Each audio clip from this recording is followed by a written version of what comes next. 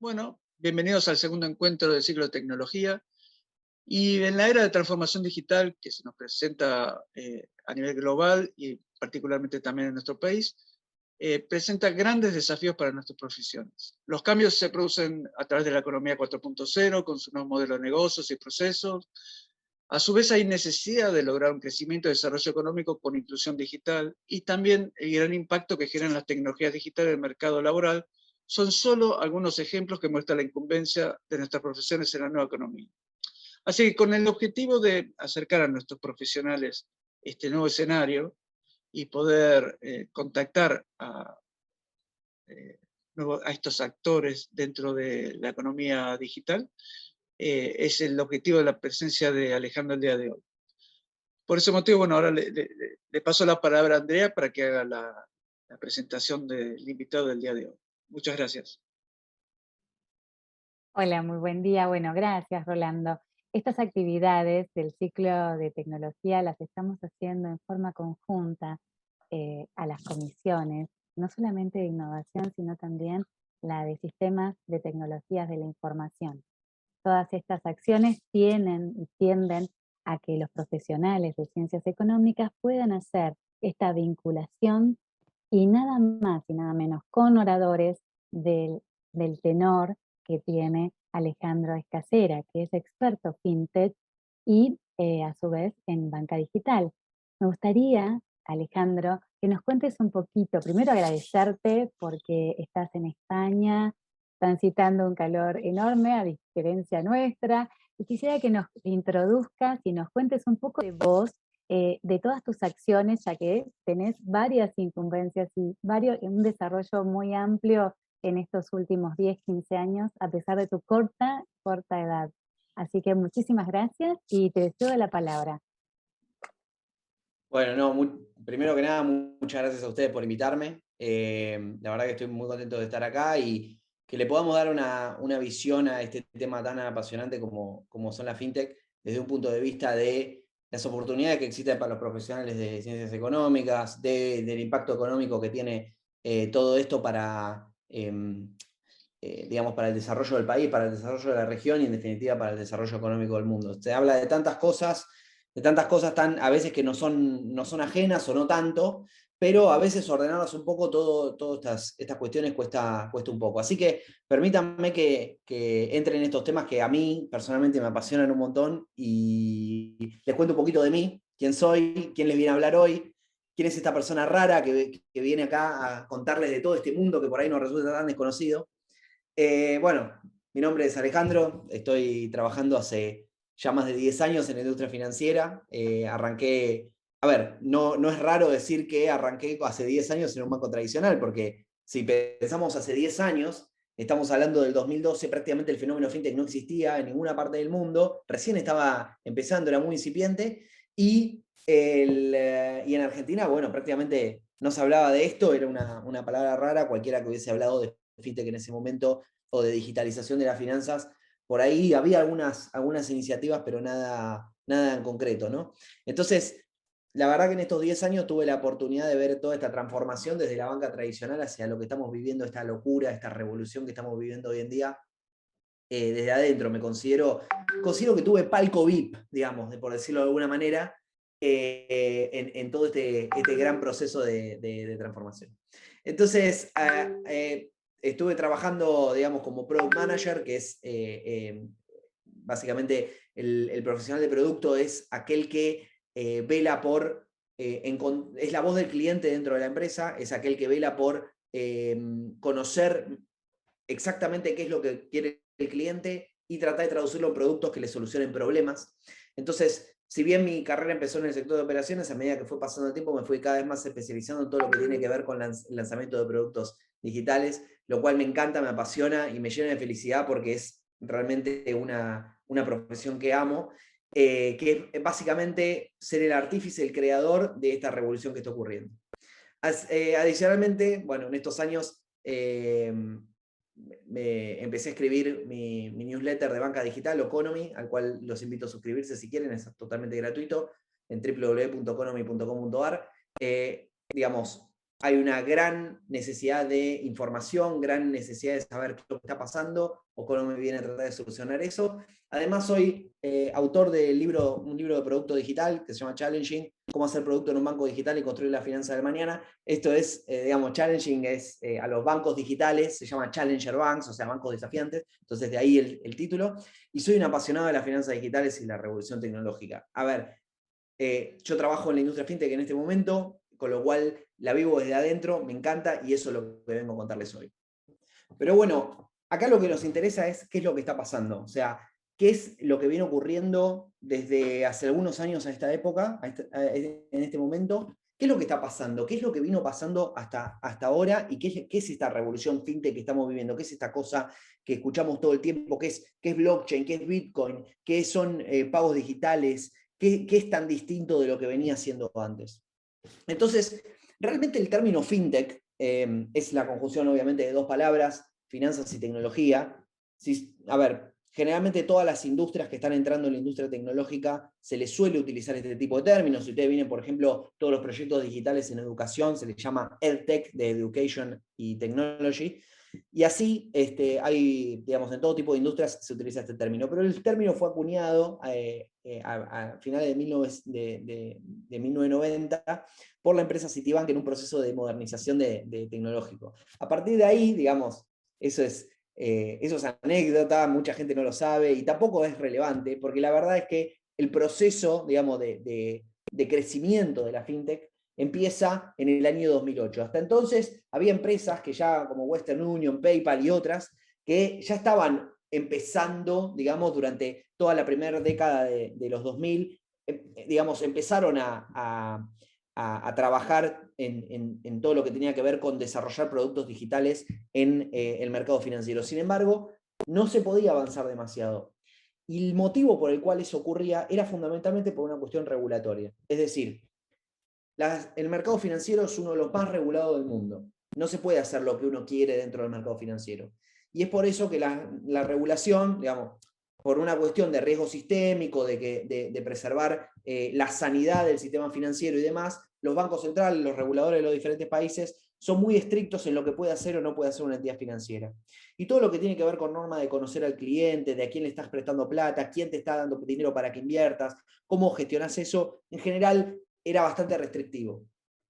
Entonces otras industrias avanzaban en todo lo que tenía que ver con lo tecnológico y digital, sin embargo la fintech o los bancos o las empresas financieras por ahí no lo estaban logrando. Hasta que en el año 2008 empieza el fenómeno, explota, porque se produce la crisis de hipotecas en Estados Unidos y muchos emprendedores alrededor del mundo se empezaron a preguntar si los bancos realmente eran tan buenos y si no había una forma de hacer lo que hacían los bancos, pero de una manera radicalmente diferente.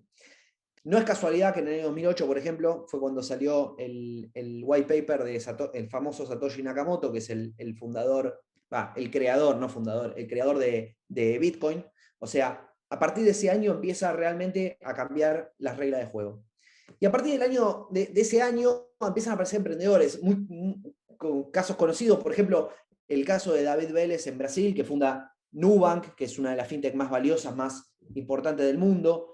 Y él se basa, digamos, siempre su discurso se basa en algo que por ahí hoy, viéndolo en el año 2022, ya nos queda un poco viejo, que es este discurso de, che, los bancos tradicionales lo que estaban haciendo era que nos ponían demasiadas trabas, ponían muchos requisitos, había un montón de gente que no podía acceder a productos bancarios simplemente por una cuestión de la burocracia interna que existía dentro del sistema financiero tradicional. Hoy, digo, nos queda lejano porque esas barreras medio que están sorteadas. O sea, la tecnología ha ayudado a que incluso los bancos empiecen a aceptar y a dar productos de otra manera, gracias al empuje que ha llevado adelante la fintech. Entonces, digamos, esta revolución empieza a explotar alrededor del mundo, en Argentina particularmente, que es lo que más nos interesa. Este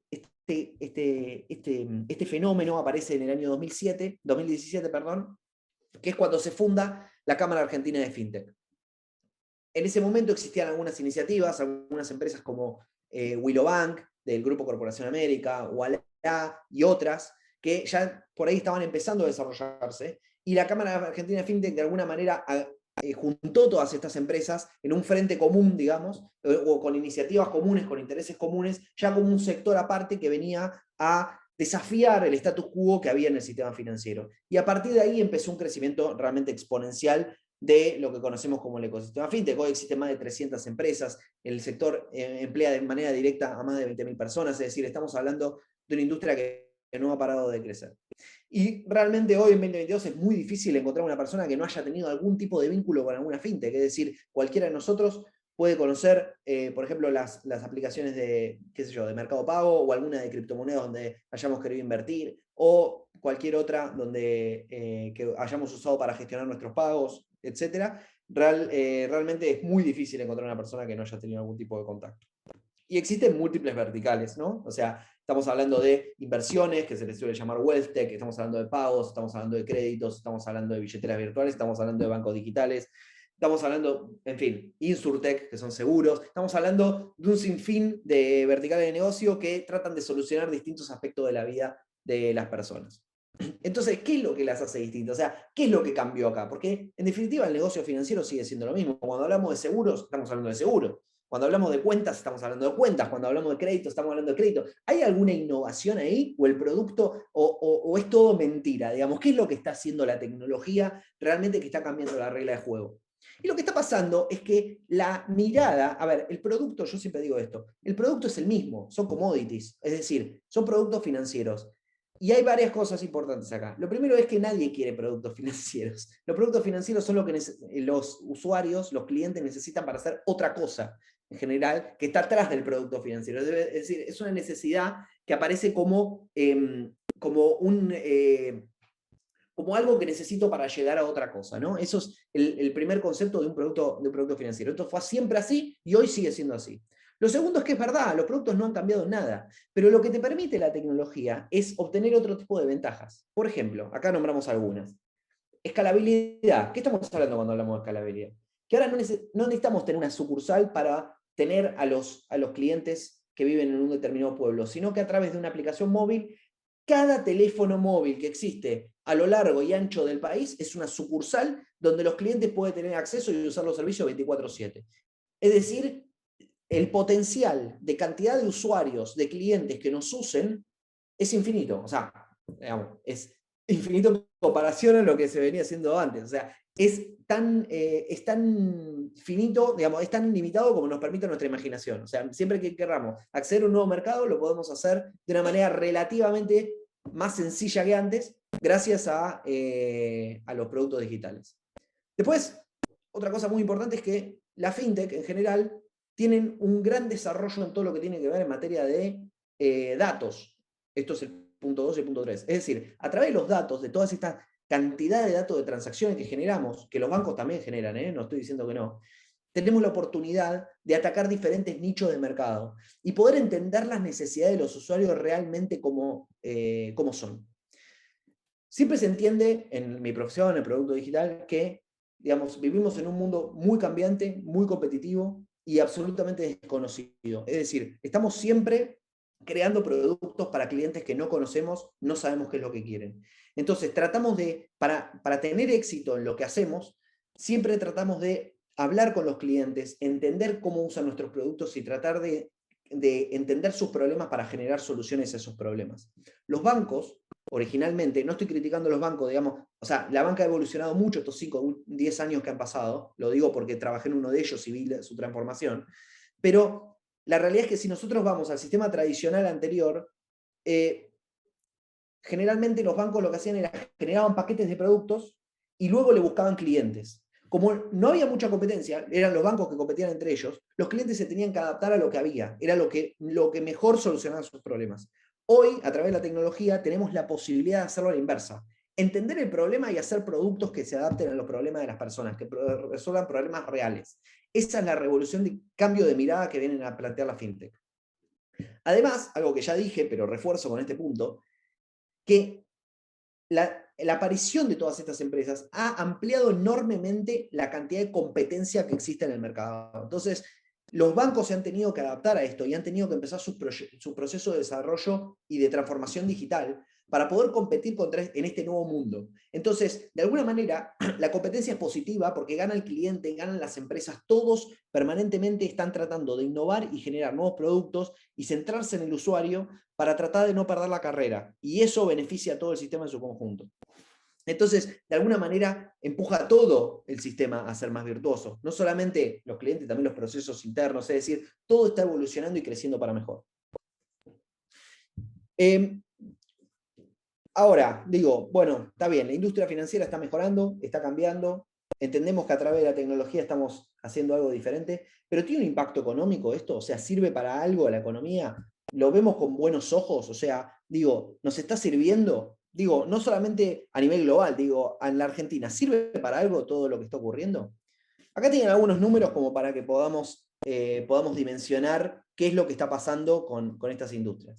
Por ejemplo, la economía del conocimiento, es decir, lo que se llama el sector de todo lo que tiene que ver con tecnología, exportó en 2021, este es el último dato disponible, 6.442 millones de dólares. Y se estima que además, esto es aparte, hay 1.800 millones que son de manera informal. Hay un montón de personas que trabajan para el exterior, que cobran su salario, digamos, de manera informal. Entonces, si sumamos, digamos, nos da más de 8.000 millones de exportaciones de servicios de economía del conocimiento. El sector emplea de manera directa a 454.000 personas. Solo economía del conocimiento. O sea, compárenlo por ahí con las exportaciones históricas que tiene la República Argentina, como puede ser el agro, como puede ser, bueno, muchas otras materias primas, y nos damos cuenta que es un número realmente muy importante.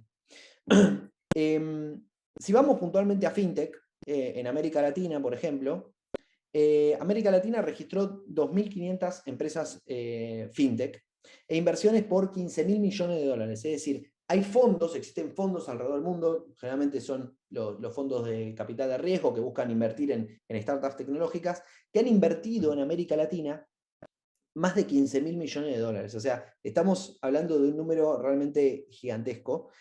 En Argentina particularmente hay algunas empresas que han tenido un éxito rotundo en lo que tiene que ver con conseguir financiamiento de este tipo, y no solamente fintech, sino tecnológicas, y han crecido enormemente gracias a esto, producto ¿de qué? De la expectativa que hay sobre el crecimiento del ecosistema digital, y que esas empresas son pioneras y que empujan el ecosistema digital hacia adelante. Entonces, esas empresas que los inversores consideran que tienen un futuro muy prometedor, que pueden escalar, que tienen realmente una visión customer-centric, que usan bien los datos, todo lo que hablamos recién, son generalmente las que los inversores más ponen dinero porque creen que al final son jugadores que llegaron para quedarse.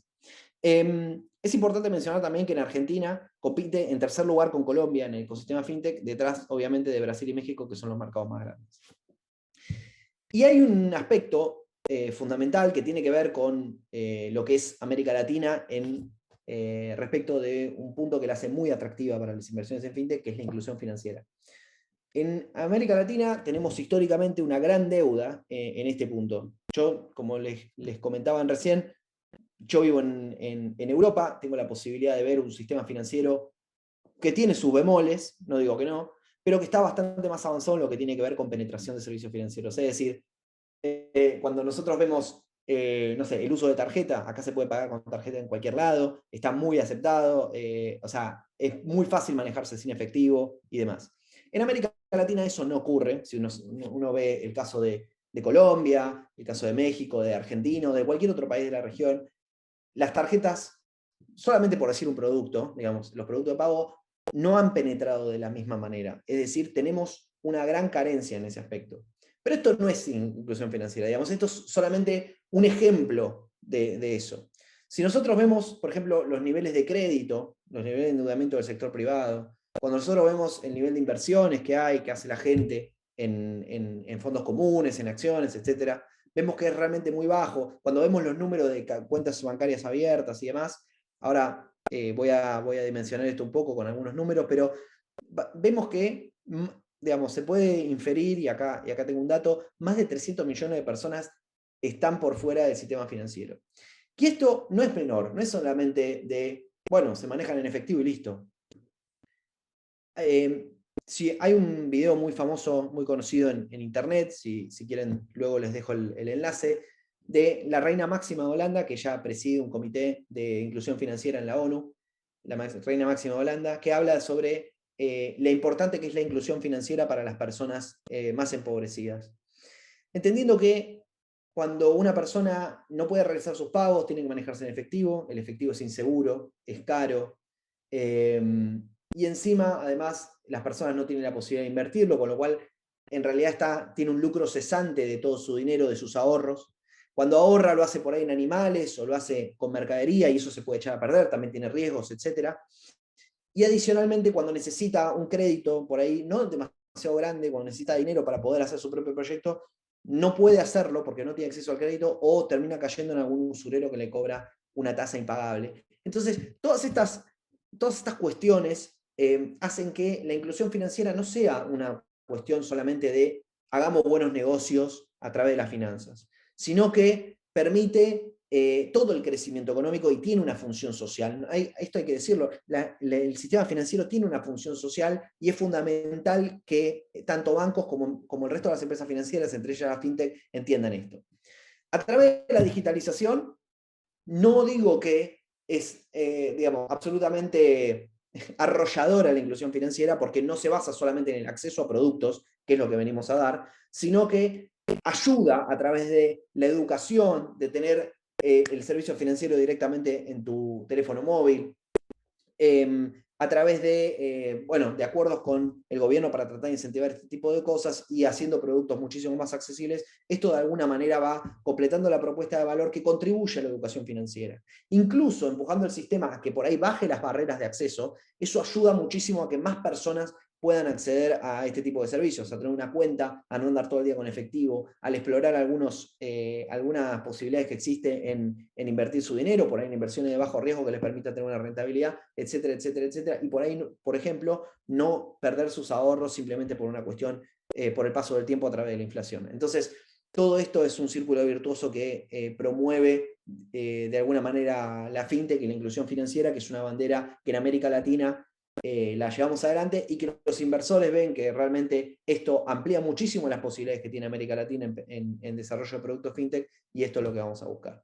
Entonces, digamos, para tener una idea, una dimensión, por ejemplo, se ha avanzado en el término de educación de inclusión financiera. Si vemos, por ejemplo, el último dato del BCRA, del Banco Central de la República Argentina, las compras con tarjeta de débito mensuales por cliente pasaron de 1,7 a 3,8 del 2016 al 2021. No es menor, digamos, es realmente un avance, pero si lo comparamos con ese mismo número en Estados Unidos, ese número es 23. O sea, realmente estamos todavía muy lejos.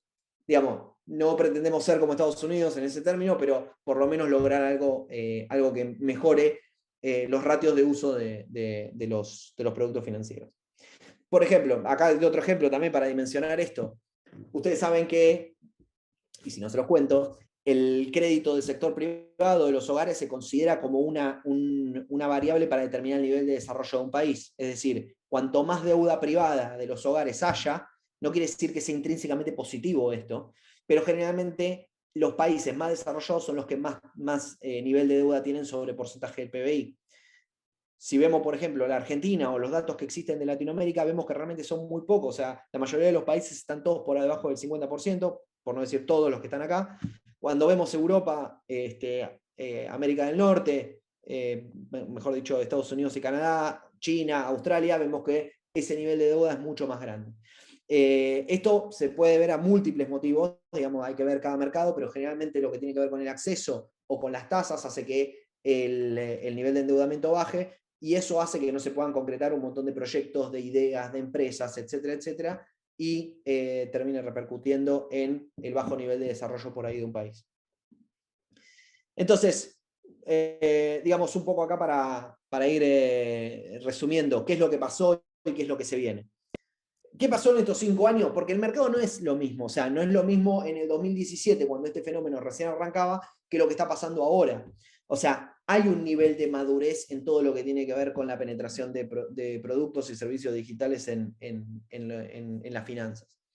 Digamos, al principio, en 2017, más en 2020, durante el periodo de pandemia, etcétera, las tasas de interés mundiales estaban muy bajas. Esto permitió que muchos de estos fondos se inclinaran a financiar startups del sector fintech y otros que recién estaban empezando, entendiendo que ese crecimiento exponencial, esa idea de que en pocos años podían alcanzar una evaluación de millones de dólares, de miles de millones de dólares, digamos, se volvió muy tentador. Entonces los flujos de fondo empezaron a ir hacia estas empresas. Y esto empujó al crecimiento del ecosistema fintech y también a que los bancos empiecen sus propios procesos de transformación digital. Si uno mira no sé, si uno tiene la oportunidad, por ejemplo, de entrar en LinkedIn y mirar los que publicaban los bancos o tiene la posibilidad de trabajar en uno, digamos, es muy común que los bancos permanentemente hacia adentro y hacia afuera hablaban de la transformación digital que estaban llevando adelante. Eso es producto también del empuje de la fintech hacia eso. Y también de los gobiernos, ¿no? Que siempre, digamos, esto siempre en general lo ven con buenos ojos. Bueno, mejoraron los ratios de inclusión financiera, como les comentaba recién. En el mundo, esto no es menor, en el mundo surgieron más de 200 unicornios fintech. Unicornio es un término que se utiliza para denominar una empresa que vale más de 1.000 millones de dólares.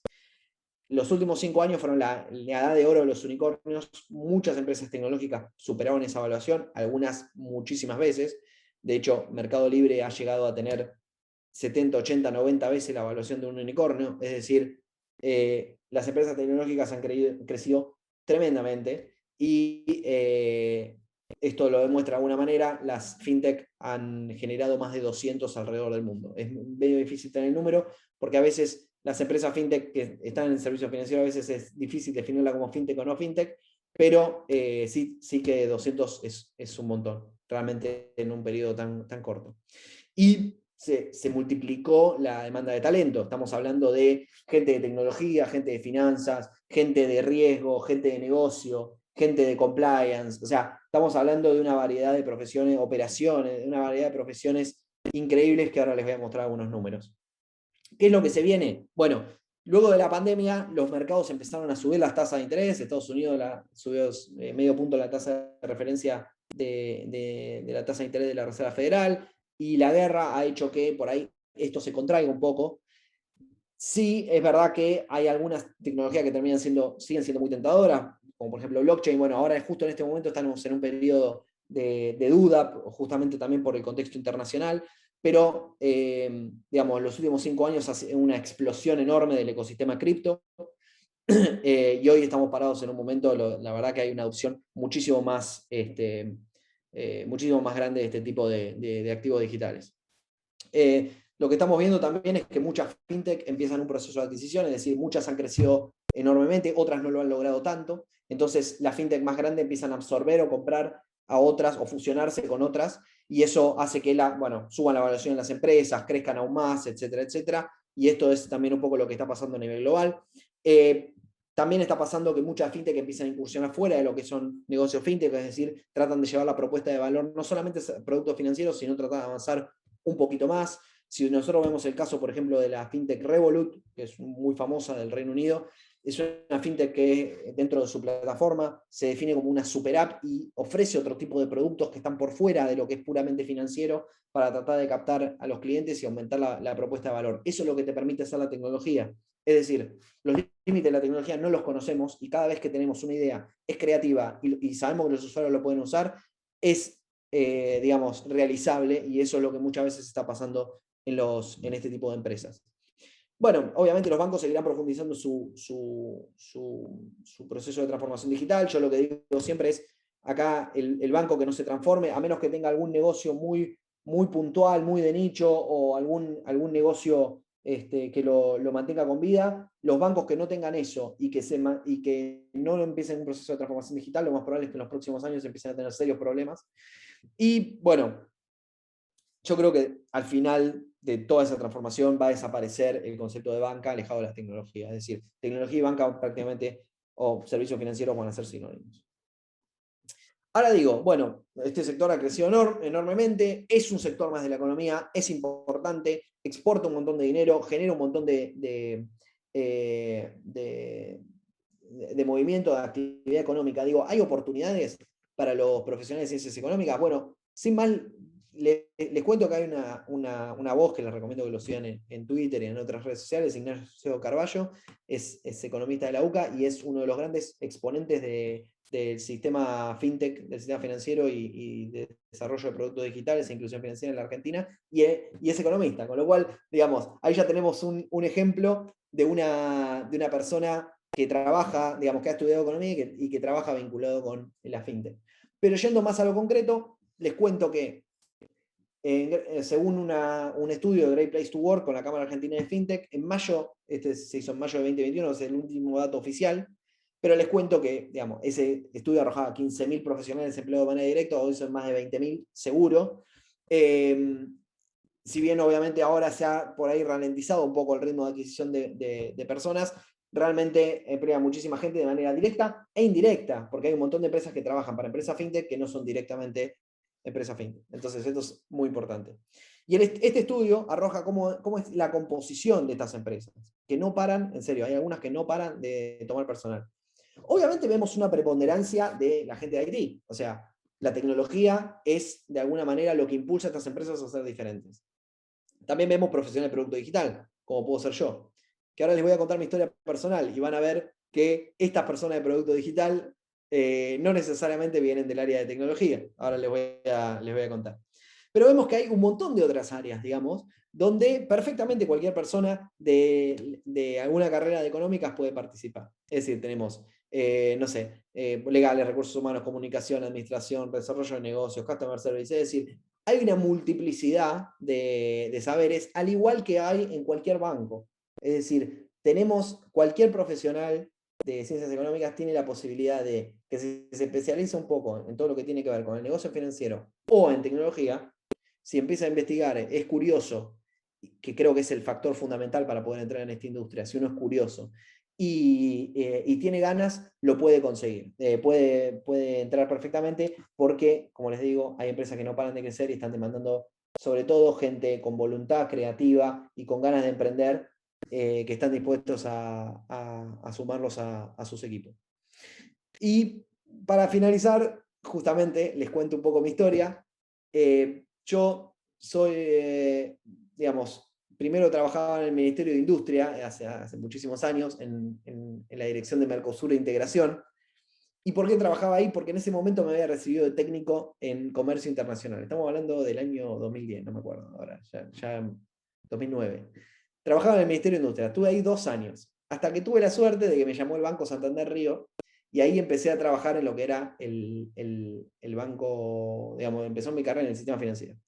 Ahí, en ese momento, justo, me acuerdo que cuando terminé la entrevista con la persona que me contrataba en el Banco Santander, me dice, bueno, ¿cuánto te falta para terminar la carrera? Y le digo, estoy esperando la nota del último examen, con esto ya me recibo, de la tesis. Así que ese mismo día ya me había recibido licenciado en Comercio Internacional y empecé 2 años y medio en el Banco Santander Río.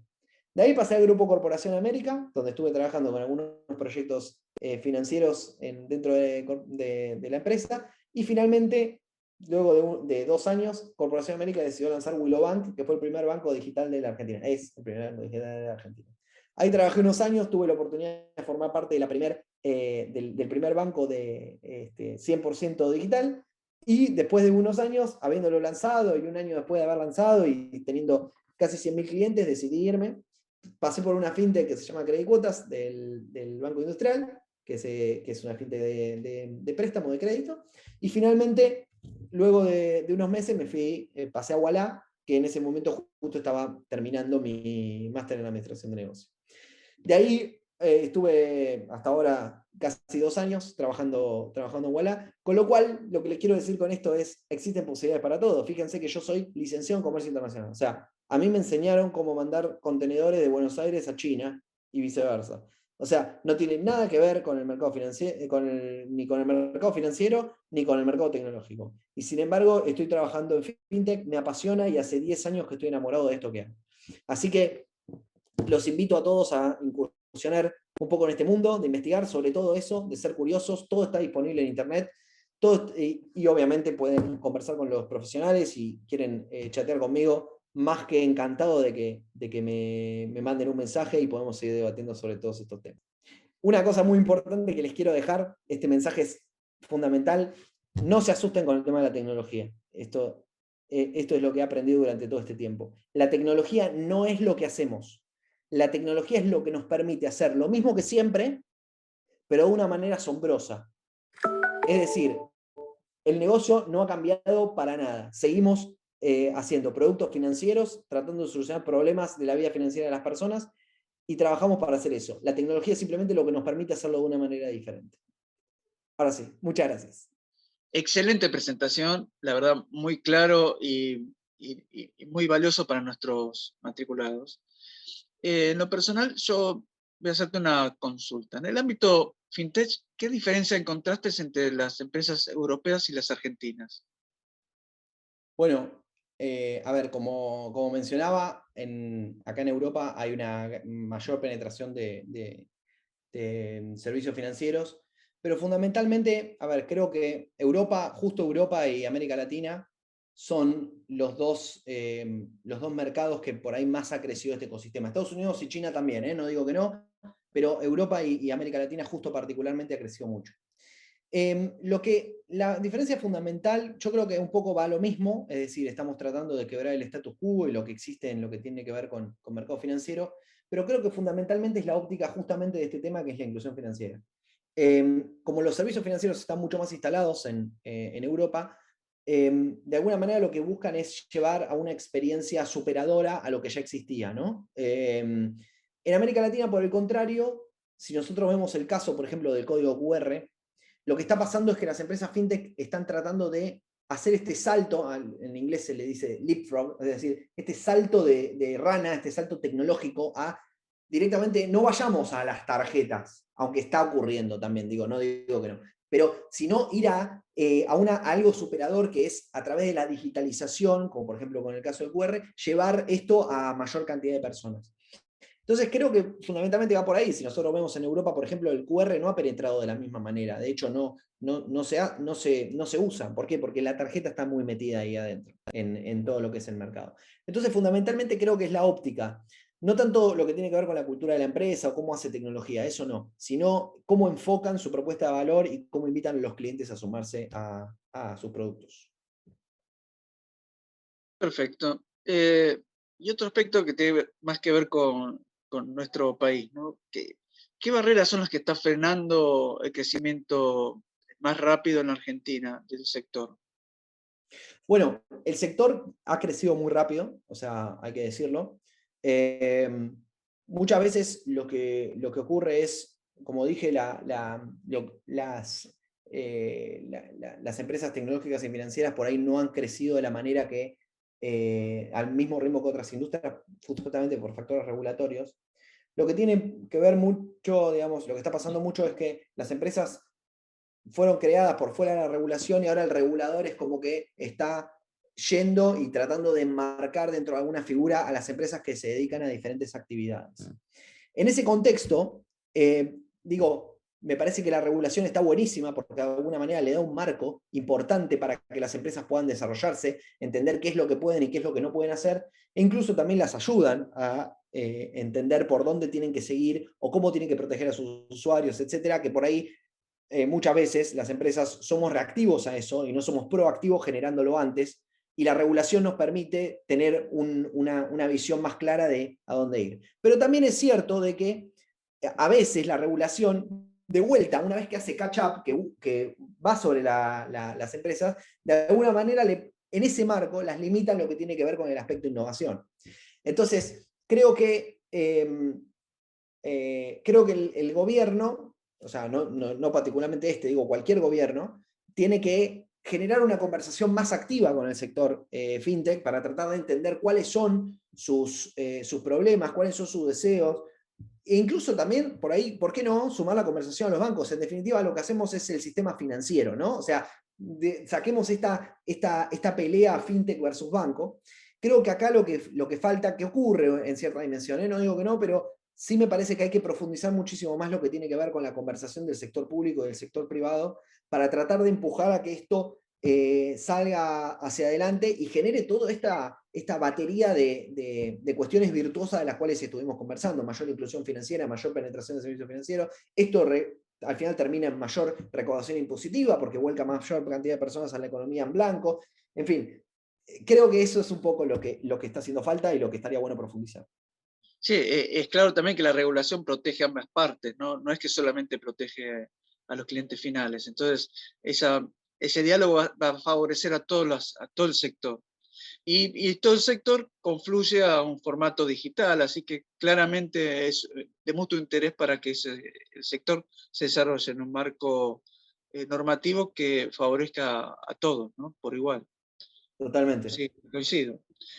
No sé, Andrés, si tenés alguna otra pregunta. Sí, la verdad que me encantó muchísimo tu exposición y sobre todo cuando marcaste en tu línea de tiempo, en tu línea de vida, primero la desmitificación con respecto a lo que a las barreras a nivel de cognitivos de cómo acceder a la tecnología, cómo incursionar en el mundo tecnológico, ¿no? Siendo licenciado en comercio exterior. Y hablaste de varias habilidades, entre ellos esto de mantenerse curioso, de tener esa capacidad para poder emprender, siempre una voluntad creativa, pero ¿cuáles son las habilidades, pensando en el profesional de ciencias económicas, que bien detallaste también que tienen esta oportunidad? ¿Cuáles serían esas habilidades propiamente para nuestro sector, ¿sí? Para nuestros matriculados, por ejemplo, de que vos ves que vas a potenciar? Justamente creo que no se limita, o sea, si hablamos de los profesionales de ciencias económicas, ya tienen una cabeza en general más analítica, lo cual está buenísimo, o sea, es un skill que por ahí no tendrán que desarrollar, sino que ya lo tienen por lo natural de su formación, con lo cual creo que eso es un punto a favor. Pero después, más allá de profesionales de ciencias económicas o no profesionales de ciencias económicas, creo que cualquier profesional que quiera meterse en el mundo fintech tiene que tener o tiene que intentar desarrollar algunas habilidades que son, primero que nada, inteligencia emocional.